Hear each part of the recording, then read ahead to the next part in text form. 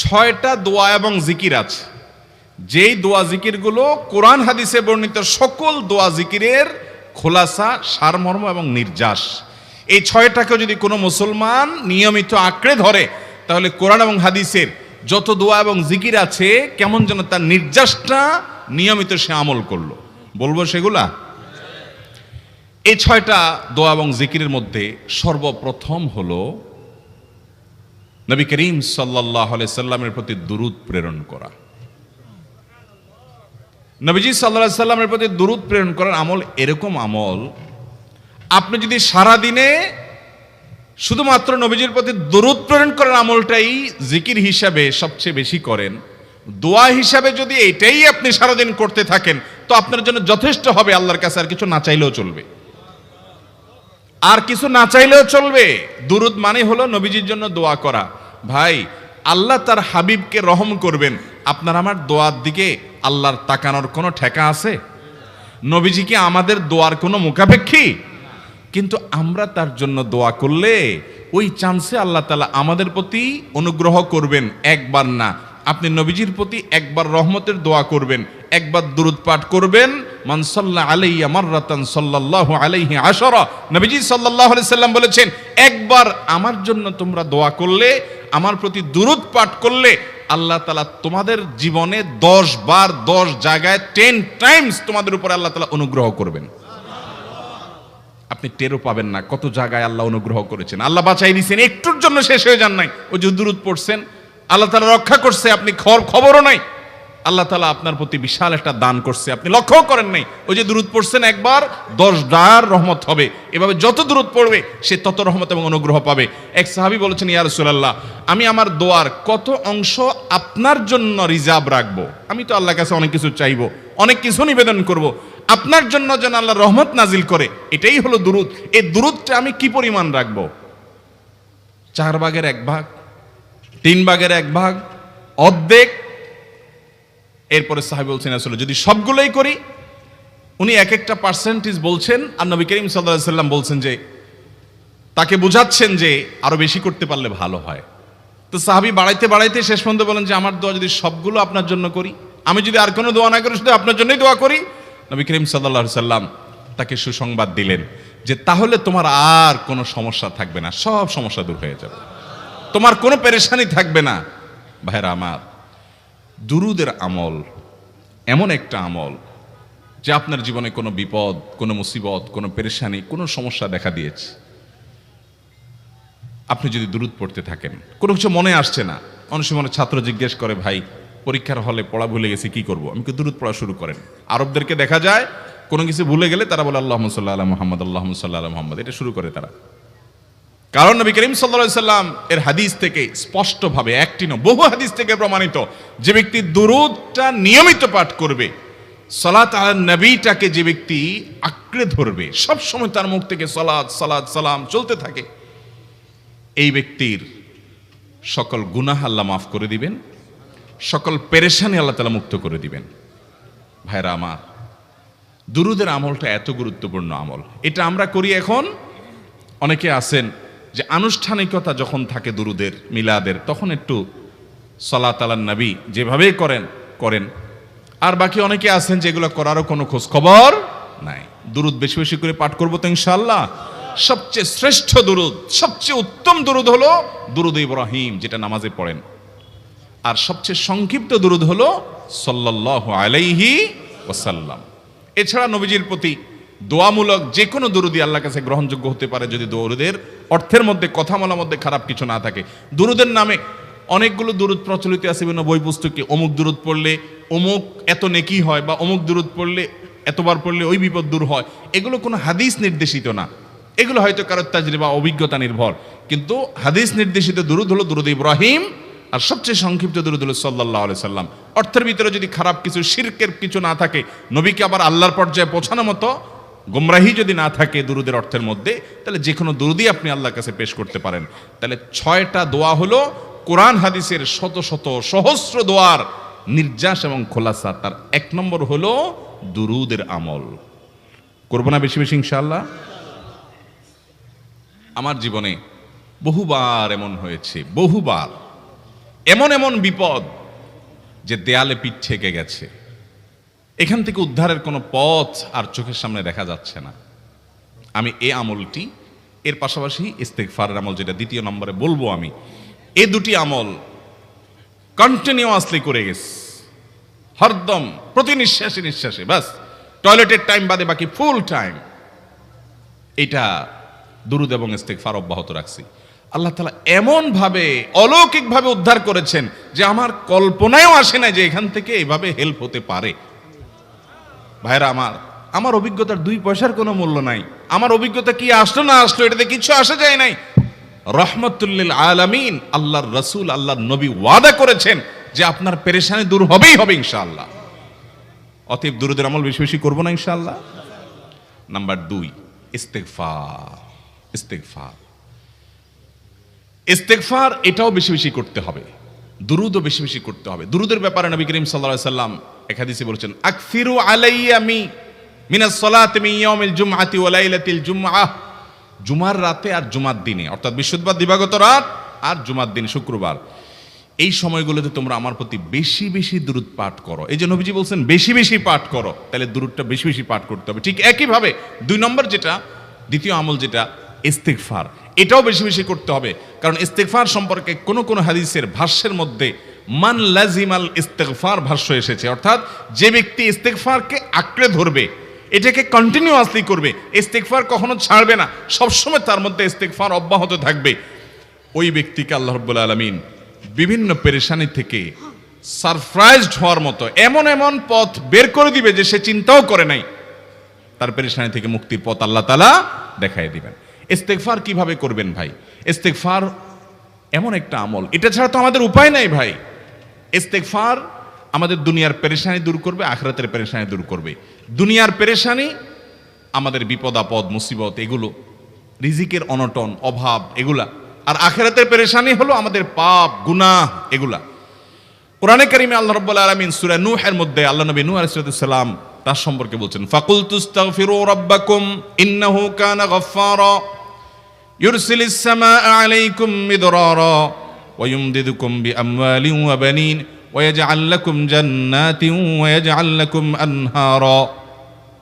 তিনি বলেন, আমি বলেছি আমার জাতিকে তোমরা ইস্তেগফার কাছে ইস্তেগফারটা করতে থাকো। রুটি রুজি নাই, চাকরি নাই, ইনকাম নাই, ব্যবসা খারাপ যাচ্ছে, পেরেশানি হচ্ছে, ইস্তেগফার ধরো, কি হবে? ইন্নাহু কানা গাফফারা। যদি ইস্তেগফার করো, 1 নম্বর লাভ হলো আল্লাহ মাফ করে দিবেন গুনাহ। ইউরসিলিস সামাআ আলাইকুম মিদরারা, যাতে ফসল ভালো হয়, রিজিক ভালো হয় সেই ব্যবস্থা আল্লাহ করবেন। ওয়া ইউমদিদুকুম বিআমওয়ালিন ওয়া বানিন, ছেলে মেয়ে হয় না অথবা ভালো ছেলে মেয়ে নাই, আল্লাহ তাআলা নেক সন্তান দিয়ে তোমাকে শক্তিশালী করবেন, সম্পদ দিয়ে শক্তিশালী করবেন। ওয়া ইয়াজআল লাকুম জান্নাতিন ওয়া ইয়াজআল লাকুম আনহারা, আল্লাহ তাআলা প্রসবন দিবেন, ফসল দিবেন, বরকত দিবেন রুজিতে। কিসের মাধ্যমে?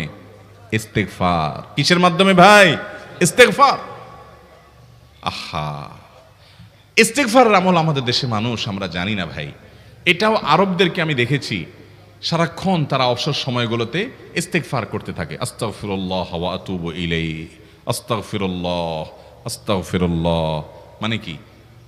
আল্লাহর কাছে আমি ক্ষমা প্রার্থনা করি, আল্লাহর কাছে আমি মাপ চাই, আল্লাহর কাছে আমি তওবা করি, আল্লাহর দিকে আমি ধাবিত হই, আল্লাহর কাছে আমি ফিরে যাই, আস্তাগফিরুল্লাহ আস্তাগফিরুল্লাহ। আপনি বসে আছেন নিরিবিলি, ভাইরা আমার, এখন আর নিরিবিলি বলতে কোনো সময় নাই, এখন আর ফ্রি টাইম নাই, এখন আর আমাদের অবসর টাইম নাই। আস্তাগফিরুল্লাহ কখন বলবো? মোবাইল টিপতে টিপতে টিপতে টিপতে, ফেসবুকে নোটিফিকেশন দেখতে দেখতে দেখতে, লাইক কমেন্ট গুনতে গুনতে আমাদের এখন কোনো ফুরসত নাই। বাহিরে তো নাই, টয়লেটে গেলেও তখন আমাদের ব্যস্ততা মোবাইল নিয়ে, ফেসবুক নিয়ে, ঘুমাইতে গেলেও আমাদের ব্যস্ততা। ও ভাই আমার, অথচ আমার হায়াত শেষ হয়ে যাচ্ছে, আমল নামার শূন্য খালি, ফেসবুক টিপাটিপিতে পরিপূর্ণ। আল্লাহর কাছে কি নিয়ে যাবেন? ইস্তেগফার করবেন তো ইনশাআল্লাহ? অবসর সময় ইস্তেগফার করবেন তো ইনশাআল্লাহ? নিরিবিলি আছেন, একাকী আছেন, ইস্তেগফার চালায় দেন। 10 সেকেন্ড টাইম পাইছেন, ইস্তেগফার শুরু করে দেন। ডাক্তারের কাছে গেছেন, ওয়েটিং এ আছেন, বসে আছেন, ইস্তেগফার করতে থাকেন। সিরিয়াল আছেন কোন কাজের, ইস্তেগফার করতে থাকেন।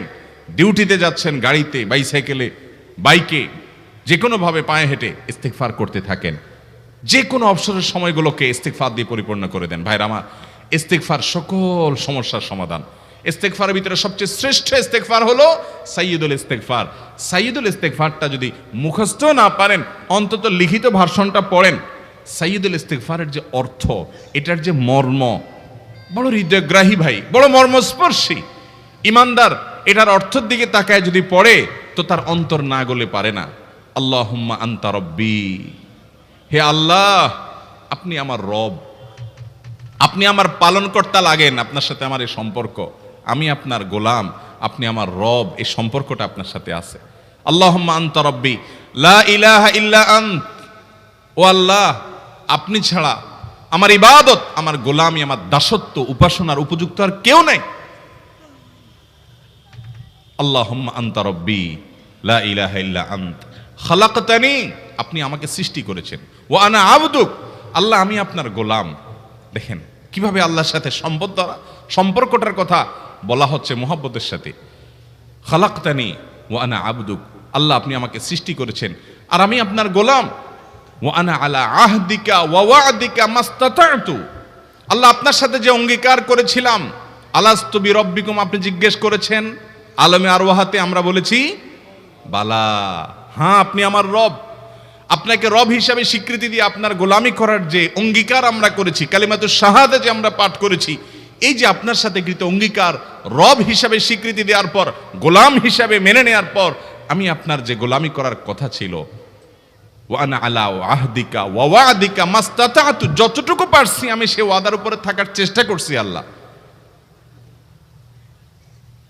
ওয়া আনা আলা আহদিকা ওয়া ওয়া'দিকা মাস্তাতা'ত আবুউ লাকা বিনি'মাতিকা আলাই, আল্লাহ আমি স্বীকার করি আপনি আমার প্রতি অনেক নিয়ামত দিয়েছেন, অনেক নিয়ামত দিয়েছেন, এটা আমি স্বীকার করি।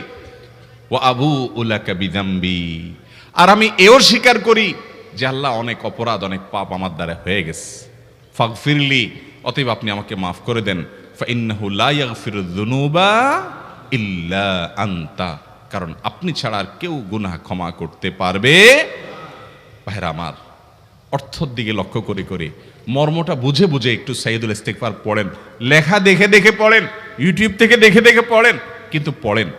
আল্লাহুম্মা আনতা রাব্বি লা ইলাহা ইল্লা আন্ত খালাকতানি ওয়া আনা আবদুক ওয়া আনা আলা আহদিকা ওয়া ওয়া'দিকা মাস্তাতা'তু আউযু বিকা মিন শাররি আবুউ লাকা বিনি'মাতিকা আলাইয়া ওয়া আবুউ লাকা বিযামবি ফাগফিরলি ফাইন্নাহু লা ইয়াগফিরুয যুনুবা ইল্লা আনতা। এটা হলো বড় ইস্তিগফার।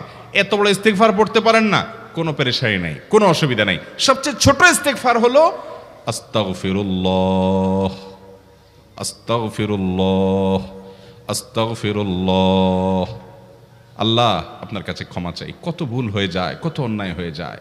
ভাইরা আমার, এটা হলো রিমুভার। ভুল করে কিছু লিখছেন, রিমুভ করে ফেলছেন, শেষ হয়ে গেছে। আপনি ঘন ঘন ইস্তিগফার পড়তে থাকেন, অগণিত ভুল হয়, অগণিত ত্রুটি হয়, বারবার ইস্তিগফার এগুলোকে সবগুলোকে শেষ করে দেয়। ভাইরা আমার, নিরাপত্তা এনে দেয়। আল্লাহ কোরআনে কারিমে বলেছেন যে আপনার রব আপনার কওমের প্রতি আযাব নাজিল করবেন না যদি আপনি থাকেন। আর যদি তারা ইস্তিগফারে রত রাখে, তাহলে গণ আযাব আল্লাহর পক্ষ থেকে আসবে। অতএব ভাইরা আমার, ইস্তিগফার বেশি বেশি করতে হবে। 6টা আমল, 6টা জিকির, দোয়া হলো শত শত হাজার দোয়া এবং জিকিরের সান্নিধ্যাসের। দ্বিতীয়টা হলো ইস্তিগফার। চেষ্টা করবো না ইনশাআল্লাহ ইস্তিগফার করার, চলতে ফিরতে আস্তাগফিরুল্লাহ ওয়া আতুবু ইলাইহি, অথবা শুধু আস্তাগফিরুল্লাহ। আরেকটা ইস্তিগফার হাদিসে বর্ণিত, আস্তাগফিরুল্লাহাল্লাযী লা ইলাহা ইল্লা হুয়াল হাইয়ুল কাইয়্যুম ওয়া আতুবু ইলাইহি ওয়া লা হাওলা ওয়া লা কুওয়াতা ইল্লা বিল্লাহ। এটাও ইস্তিগফার। তাহলে একটা বড় ইস্তিগফার, একটা মিডিয়াম, একটা ছোট, যার যেটা সুবিধা হয় এটা পড়েন। বড়টা হলো সাইয়্যিদুল ইস্তিগফার, সবচেয়ে শ্রেষ্ঠ ইস্তিগফার যেটা হাদিসে বর্ণিত হয়েছে। সাইয়্যিদুল ইস্তিগফার নবীজি সকাল সন্ধ্যা পাঠ করতেন, বিভিন্ন সময় পাঠ করতেন, রাতে পাঠ করার কথা বলতেন।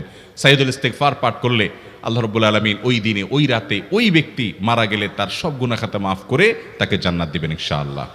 অতএব ভাইরা আমার, সাইয়্যিদুল ইস্তিগফার সবচেয়ে বড়, আস্তাগফিরুল্লাহাল্লাযী লা ইলাহা ইল্লা হুয়াল হাইয়ুল কাইয়্যুম ওয়া আতুবু ইলাইহি ওয়া লা হাওলা ওয়া লা কুওয়াতা ইল্লা বিল্লাহ। এটা হলো মাঝারি ধরনের। আর সবচেয়ে ছোট ইস্তিগফার হলো আস্তাগফিরুল্লাহ ওয়া আতুবু ইলাইহি। তাহলে 6 আমলের কয়টা গেল? 2টা। প্রথমটা হলো দুরুদ আর দ্বিতীয়টা হলো ইস্তিগফার। নাম্বার 3, এটা আমাদের বেশিরভাগ মানুষ জীবনে হয়তো শুনেনও নাই, অনেকে হয়তো শুনছেন, আমল করা হয় না। খুব সীমিত সংখ্যক আল্লাহর বান্দার আমলের তৌফিক হয়। সেটা হলো ইয়া যাল জালালি ওয়াল ইকরাম। এটা একটা জিকির, আল্লাহ তাআলাকে ডাকা, আহ্বান করা, এটাই জিকির। ইয়া যাল জালালি ওয়াল ইকরাম। নবী করিম সাল্লাল্লাহু আলাইহি সাল্লাম বলেছেন, আলিজু বিয়া যাল জালালি ওয়াল ইকরাম। তোমরা ইয়া যাল জালালি ওয়াল ইকরাম এটাকে আঁকড়ে ধরো, এটাকে নিয়মিত করো, বেশি বেশি করে বলতে থাকো এটাকে সব সময় এটাকে মুদাওয়ামাতের সাথে কন্টিনিউয়াসলি এটা বলতে থাকো, ইয়া যাল জালালি ওয়াল ইকরাম। অনেক উলামায়ে কেরাম, মুহাদ্দিসিন ইকরাম ইয়া যাল জালালি ওয়াল ইকরাম কেন নবীজি এত বেশি বলতে বলেছেন, এটার মাধ্যমে আমাদের লাভটা কি, এর ব্যাখ্যা করতে গিয়ে বলেছেন ইয়া যাল জালাল মানে হলো হে মহান, মহান বড়ত্বের অধিকারী, হে জালালের অধিকারী, হে জালাল।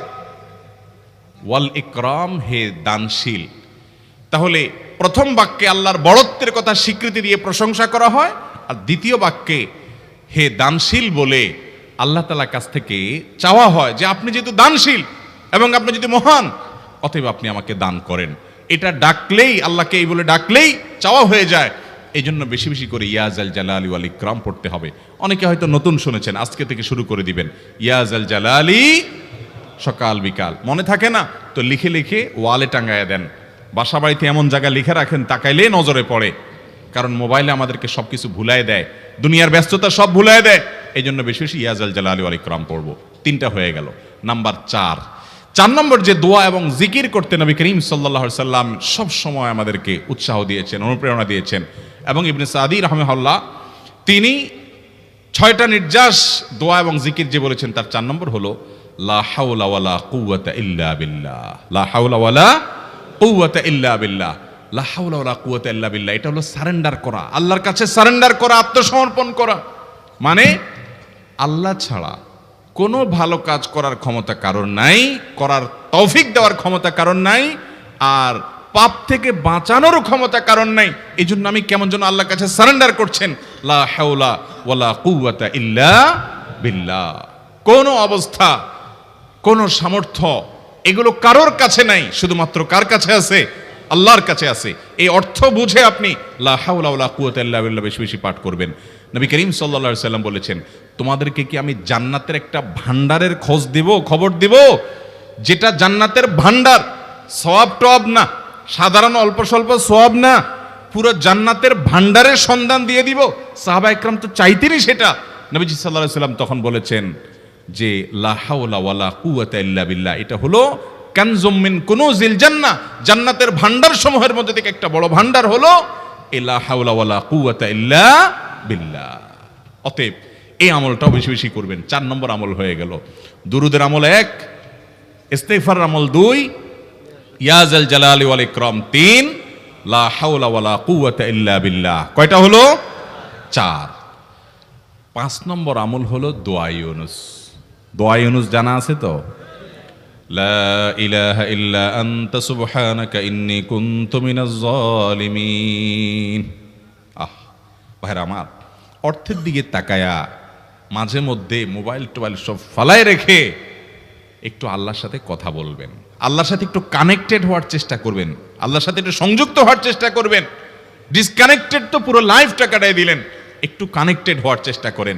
প্রতিদিন কিছু সময় বসে একটু জিকির করেন, চলতে ফিরতে একটু আল্লাহকে সময় দেন। আপনি উপকৃত হবেন, আপনার কল্ব জিন্দা হবে, আমল নামা সওয়াবে পরিপূর্ণ হবে। লা ইলাহা ইল্লা আনতা সুবহানাক ইন্নী কুনতু মিনাজ জালিমিন। অর্থের দিকে তাকান, কত মর্মস্পর্শী। লা ইলাহা ইল্লা আনতা, আল্লাহ আপনি ছাড়া কোনো সত্যিকারের মাহবুদ নাই, উপাস্য নাই। সুবহানাক, আপনি পবিত্র, আমি আপনার পবিত্রতা জ্ঞাপন করছি। ইন্নী কুনতু মিনাজ জালিমিন, তবে আমি সেসব মানুষদের অন্তর্ভুক্ত যারা নিজের প্রতি নিজে জুলুম করেছে, অবিচার করেছে, অন্যায় করে আমার নিজের পায়ে নিজে কুড়াল মেরেছি বহু। অতএব আপনি আমাদের প্রতি রহম করেন।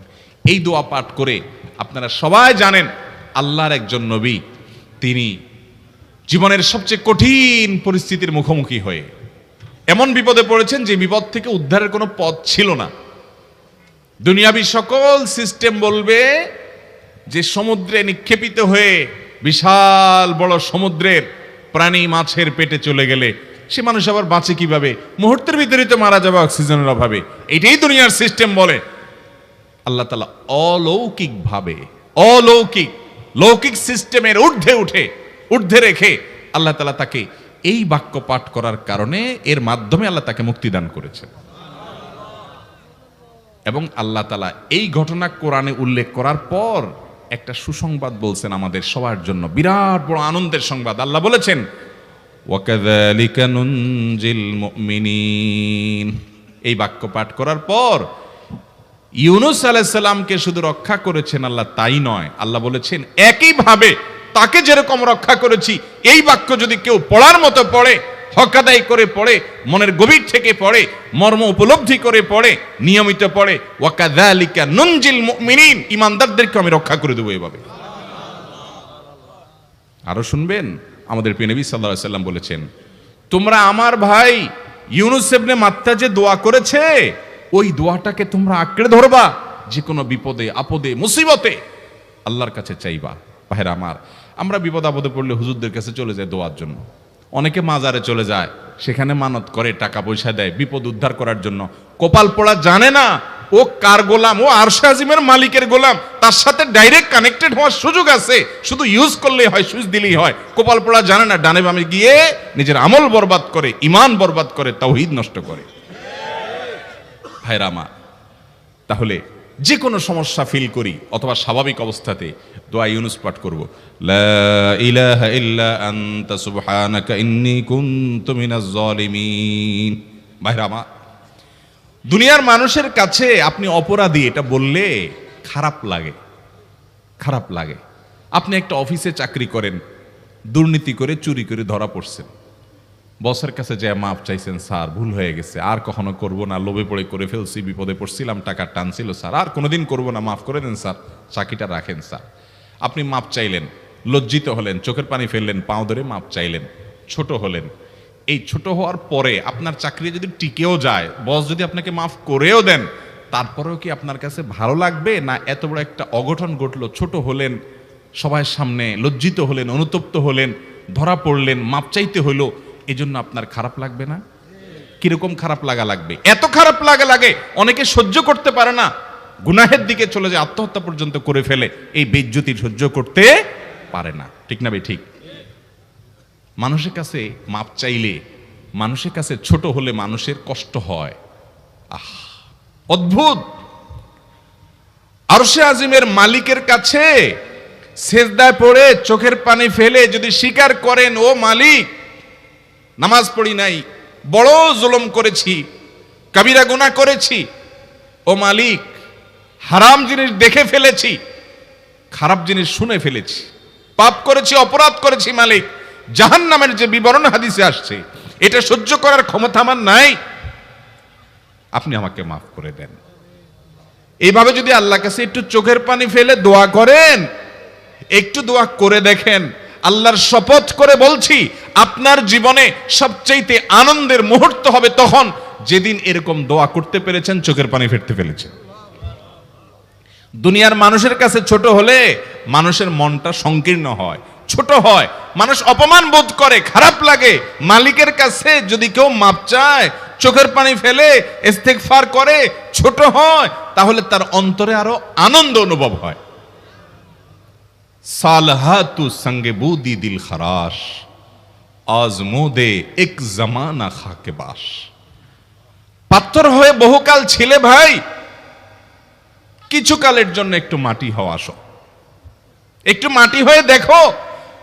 পাথর হয়ে তুমি যতটা আনন্দিত হয়েছো, পুলকিত হয়েছো, পরিতৃপ্ত হয়েছো, আরশে আজিমের মালিকের শপথ করে বলছি, আল্লাহর কাছে মাটি হয়ে, ছোট হয়ে, তুচ্ছ হয়ে, অপমানিত হয়ে, ক্ষমা চেয়ে, ইস্তেগফার করে তুমি যখন লা ইলাহা ইল্লা আনতা সুবহানাকা ইন্নী কুনতু মিনাজ জালিমিন, নিজে পাপ করেছো এটা স্বীকার যখন করবে, তখন আল্লাহ তাআলা শুধু মাফ করবেন না, তোমাকে ঈমানের স্বাদ দিবেন, তুমি সাথে সাথে অন্তরে সেটা অনুভব করবা। ভাইরা আমার, আল্লাহর দিকে ধাবিত হব তো ইনশাআল্লাহ? গুনাহের, পাপের, অপরাধের পথ ছেড়ে আসবো তো ইনশাআল্লাহ? লা ইলাহা ইল্লা আনতা সুবহানাকা ইন্নী কুনতু মিনাজ জালিমিন। কোরআন হাদিসের নির্যাসের 5 নম্বর আমল দোয়া ইউনুস। নবীজি সাল্লাল্লাহু আলাইহি সাল্লাম বলেছেন, আমার ভাই ইউনুস আলাইহিস সালাম তিনি আল্লাহর কাছে এটা পড়ে যেরকম বিপদ থেকে রক্ষা পেয়ে গেছেন, তোমরা আমার ভাই ইউনুস আলাইহিস সালামের দোয়াটা বেশি বেশি পড়বা, ওইটাকে তোমরা আঁকড়ে ধরবা, তোমাদেরকে আল্লাহ তাআলা উদ্ধার করবেন। আল্লাহ কোরআনে ওয়াদা করেছেন, ওয়া কাযালিকা নুনজিল মুমিনিন, এভাবে আমি ইমানদারদেরকে রক্ষা করব। অতএব ভাইরা আমার, বিপদ আপদে ওই মাজারে দৌড় দিবেন না, হুজুরের কাছে দোয়া চান, এটাতে দোষের কিছু নাই, কিন্তু সবকিছুর আগে আপনি নিজে নিজের মালিকের কাছে চান। আমরা অনেকে দোয়া করি না, কেন করি না? আমরা মনে করি যাই রে, আমি এত গুনাহগার মানুষ, আমার দোয়া কবুল হবে, এই জন্য হুজুরের কাছেই শুধু যায়, যে হুজুর যদি কিছু বলে দেয়। আল্লাহর কাছে ডাইরেক্ট চাইলে যে পাওয়া যাবে, এটা অনেক মুসলমান বিশ্বাস করে না, ভালো করে জানে না। ভাইরা আমার, আল্লাহ কোরআনে বলেছেন, উদউনি আস্তাজিব লাকুম, তোমরা আমার কাছে দোয়া করো, আমি কবুল করব, ওয়াদা করেছেন আল্লাহ তাআলা। আমার রব কি ওয়াদার খেলাফ করে? আমাদের রব ওয়াদার খেলাফ করে? ইন্নাহু লা ইউখলিফুল মিআদ, তিনি ওয়াদার খেলাফ করেন না। তিনি বলেছেন তোমরা দোয়া করো, হালাল বক্ষণ থাকে, যদি হালাল উপার্জন যদি থাকে, শরীরে যদি হারাম যদি না থাকে, শর্ত আদায় করে দোয়া যদি করেন, দোয়া করে আবার হুলস্থুল যদি না করেন, তাড়াহুড়ো যদি না করেন, দোয়া করে আল্লাহর কাছে দরখাস্ত জমা দিয়ে দেন, দুরূদ পাঠ করেন, শর্ত আদায় করে দোয়া করেন, আপনি যত অপরাধী হন, যত গুনাহগার হন, যত পাপিষ্ঠ হন, আল্লাহ আপনার দোয়া কবুল করবে। আচ্ছা ভাই, আমরা যত খারাপ হই, আপনি নামাজ পড়েন না, আপনি ফিল্ম দেখেন, আপনি হারাম জিনিস দেখেন, আপনি অনেক খারাপ কাজ করেন, গালিগালাজ করেন, মানুষের হক মারেন, যত খারাপ আপনি হন, আপনি ইবলিসের চেয়ে বেশি খারাপ হতে পারবেন? ইবলিসের চেয়ে বেশি খারাপ হওয়ার সুযোগ আছে? খারাপের বাপ সে, তার মতো খারাপ তো আপনি চাইলেও হতে পারবেন না, ঠিক না ভাই? ঠিক। আচ্ছা, এই ইবলিস আল্লাহর কাছে দোয়া করছে কখন? এমন সময় যখন আল্লাহ তাকে নির্দেশ করছে সেজদা করো, আদমের সম্মানে। সেই নির্দেশ সে লঙ্ঘন করেছে, ডাইরেক্ট আল্লাহর সামনে সরাসরি লঙ্ঘন, সরাসরি বিদ্রোহ। আপনার সামনে আপনার ছেলে, আপনার কর্মচারী, আপনার কাজের লোক ডাইরেক্ট যদি একটা জিনিস বলে পারবো না, কি পরিমাণ মেজাজ আপনার গরম হবে চিন্তা করেন। অথচ আপনিও মানুষ, সেও মানুষ, আর আল্লাহ হলেন সৃষ্টিকর্তা, এ হলো সৃষ্টি। সে যুক্তি দেখায়, খালাকতানি মিন নার ওয়া খালাকতাহু মিন তিন, আমারে আগুন থেকে তৈরি করছেন, তারে মাটি থেকে তৈরি করছেন, আমি কেন তারে সিজদা করব? তর্ক যুক্তি হাজির করে আল্লাহর নির্দেশকে আল্লাহর সামনে লঙ্ঘন করেছে। কত ডেঞ্জারাস সিচুয়েশন বুঝেন, কি পরিমাণ রাগ আল্লাহ রাব্বুল আলামিন হওয়ার কথা। তার তো গুণবাচক নাম শুধু রহমান রহিম না, তার গুণবাচক নাম আছে কি? কাহার, জব্বার। তো আল্লাহ রাব্বুল আলামিনের এই গুণবাচক নামও তো আছে, তিনি হচ্ছে প্রচন্ড রকমের কাহারের অধিকারী। তো আল্লাহর সামনে ডাইরেক্ট তার আদেশকে লঙ্ঘন করেছে, হঠকারিতা দেখিয়েছে, অহংকার করেছে, দম্ভ দেখিয়েছে, এত বড় বেয়াদবি করেছে। ওই টাইমে আল্লাহ তাআলা তো রাগ হওয়ার কথা। ওই রাগের সময়, ওই কঠিন সময় ইবলিস যখন আল্লাহ তাকে বললেন, যাও ফখরুজ মিনহা ফাইন্নাকা রাজিম, জান্নাত থেকে বের হও, তুমি বিতাড়িত, আল্লাহ রাগ হয়ে তাকে জান্নাত থেকে বের করে দিলেন। ভাইরা আমার, এই রকম সময় পর্যন্ত ইবলিস দোয়া করে বসছে। কি দোয়া করছে? রব্বি আনজিরনি ইলা ইয়াউমি ইউবআসুন, আল্লাহ আমাকে সুযোগ দেন, কিয়ামত পর্যন্ত হায়াতটা দেন আমারে, দোয়া করে বসছে। কিন্তু আল্লাহ তাআলা কি করছেন? আল্লাহ বলছেন, তো বড় সাহস তোর বেটা, মাত্র সিজদা করতে বলছেন করলি না, কমবখত, আবার দোয়া করস? আল্লাহ সেটা বলেন নাই। আল্লাহ কি করছেন? ইন্নাকা মিনাল মুনজারিন, যাও তোমাকে সুযোগ দেয়া হলো। সুবহানাল্লাহ। ইবলিস যদি আল্লাহর রাগ হওয়ার মতো সময়ে, ক্রোধ হওয়ার মতো সময়ে আল্লাহর সামনে আল্লাহর সরাসরি অবাধ্য হয়ে আল্লাহ তাকে বের করে দিচ্ছেন, বিতাড়িত শয়তানকে, ওই টাইমে যদি দোয়া করার পর ইবলিসের দোয়া কবুল হয়, ও মুসলমান, আপনি আল্লাহর গোলাম হিসাবে নিজেকে স্বীকার করেন, আপনি যত পাপিষ্ঠ হন না কেন, আপনার দোয়া কেন কবুল হবে না? আল্লাহর কাছে দোয়া করবো না ইনশাআল্লাহ? ইবলিসই আমাদেরকে বুঝায়, ফুসলায়, তুই কোন মুখে দোয়া করবি আল্লাহর কাছে? তোর নামাজের ঠিক নাই, তোর ইবাদতের ঠিক নাই, এত আকাম কুকাম করস ফেসবুকে, ইউটিউবে, তোর মতো 2 নম্বর একটা মানুষ, কোন মুখে আল্লাহর কাছে দোয়া করবি? থাক, দোয়া করিস না, আমি কেমনে এই মুখ নিয়ে দোয়া করবি? এটা যখন আপনার মনের ভিতরে আসে, তখন বুঝবেন যে মিস্টার ইবলিস অ্যাক্টিভ হয়ে গেছে আপনার শরীরে। কথা কি বুঝাতে পারছি? আল্লাহর কাছে দোয়া করবেন তো ইনশাআল্লাহ। এই 6টা দোয়া জিকিরের 5 নম্বর দোয়া ইউনুস, অর্থ সহকারে বুঝে বুঝে আল্লাহর কাছে চাইবেন এবং দোয়া করবেন। 6 নম্বর হলো সুবহানাল্লাহ, আলহামদুলিল্লাহ, লা ইলাহা ইল্লাল্লাহ, আল্লাহু আকবার। এই বাক্যগুলো দেখবেন ঘুরে ফিরে নবী করিম সাল্লাল্লাহু আলাইহি ওয়াসাল্লাম সারাদিন পড়তেন। 5 ওয়াক্ত নামাজের পরে 33 বার দেখবেন। আবার দেখবেন সকাল সন্ধ্যায় সুবহানাল্লাহি ওয়া বিহামদিহি 100 বার, সুবহানাল্লাহি ওয়াল হামদুলিল্লাহি আল্লাহু আকবার 100 বার। আবার এগুলো মাঝে মধ্যে 10 বার, রাতের শোয়ার সময় 33, 34 বার। বিভিন্ন সময় দেখবেন ঘুরে ফিরে এই সুবহানাল্লাহ, আলহামদুলিল্লাহ, লা ইলাহা ইল্লাল্লাহ, আল্লাহু আকবার, এগুলো একটা মিজানের পাল্লাকে পরিপূর্ণ করে দেয়। কোনোটা আসমান এবং জমিনের মধ্যবর্তী জায়গায় সওয়াব দিয়ে পরিপূর্ণ করে দেয়। এত বেশি ফজিলতপূর্ণ জিকির। এই জন্য পুরো কোরআন হাদিসের দোয়া এবং জিকিরের নির্যাসের শেষ এবং 6 নম্বর হলো বেশি বেশি করে দিন রাত 24 ঘন্টা যখন সুযোগ পাবেন, যেখানে যেখানে হাদিসে যে সংখ্যা বলা আছে ওটাতে করবেনই, ওর বাইরেও বেশি বেশি করে সুবহানাল্লাহ, আলহামদুলিল্লাহ, লা ইলাহা ইল্লাল্লাহ, আল্লাহু আকবার বেশি বেশি করব না ইনশাআল্লাহ। আবারও বলছি, পুরো কোরআন হাদিসের দোয়া এবং জিকিরের নির্যাস 6টির একটি হলো, এটি ইবনে সাঈদী রাহিমাহুল্লাহর গবেষণা, তার গবেষণার আলোকে তিনি এটা পেশ করেছেন। এটি আবার কোনো হাদিস থেকে নির্যাস বের করে দেওয়া হয়েছে সে নয়, এটা একজন মুফাসসিরের গবেষণা। তিনি বলেছেন কোরআন হাদিসে যত দোয়া বলা হয়েছে সবগুলার মর্ম কথা এর মধ্যে চলে আসে। তাছাড়া নবী সাল্লাল্লাহু আলাইহি সাল্লাম এবং কোরআনে এইগুলাকে বেশি বেশি করতে বলেছেন। আলিজ্জু, আকসিরু, মান লাজিমা, এই শব্দগুলো ব্যবহার করা হয়েছে। এই জন্য এগুলো বেশি বেশি করে করতে হবে। এই যে শেষেরটা নবী সাল্লাল্লাহু আলাইহি ওয়াসাল্লাম সবসময় বিভিন্ন জায়গায় করতেন। আবারও বলছি, নাম্বার 1 দুরুদ, নাম্বার 2 ইস্তিগফার, নাম্বার 3 ইয়া যাল জালালি ওয়াল ইকরাম, নাম্বার 4 লা হাওলা ওয়ালা কুওয়াতা ইল্লা বিল্লাহ, জান্নাতের ভান্ডার এটা। নাম্বার 5 লা ইলাহা ইল্লা আনতা সুবহানাকা ইন্নী কুনতু মিনাজ জালিমিন, বিপদ না আসলেও স্বাভাবিক অবস্থায় পড়বেন। নাম্বার 6 সুবহানাল্লাহি ওয়াল হামদুলিল্লাহি ওয়া লা ইলাহা ইল্লাল্লাহু আল্লাহু আকবার। নিয়মিত করব তো ইনশাআল্লাহ। আল্লাহ আমাকে আপনাকে আমাদের সবাইকে আমল করার তৌফিক দান করুন, সব সময় জিকিরের মধ্যে থাকার তৌফিক দান করুন। জাযাকুমুল্লাহু খায়রা ওয়া আখিরু দাওয়ানা আলহামদুলিল্লাহি রাব্বিল আলামিন।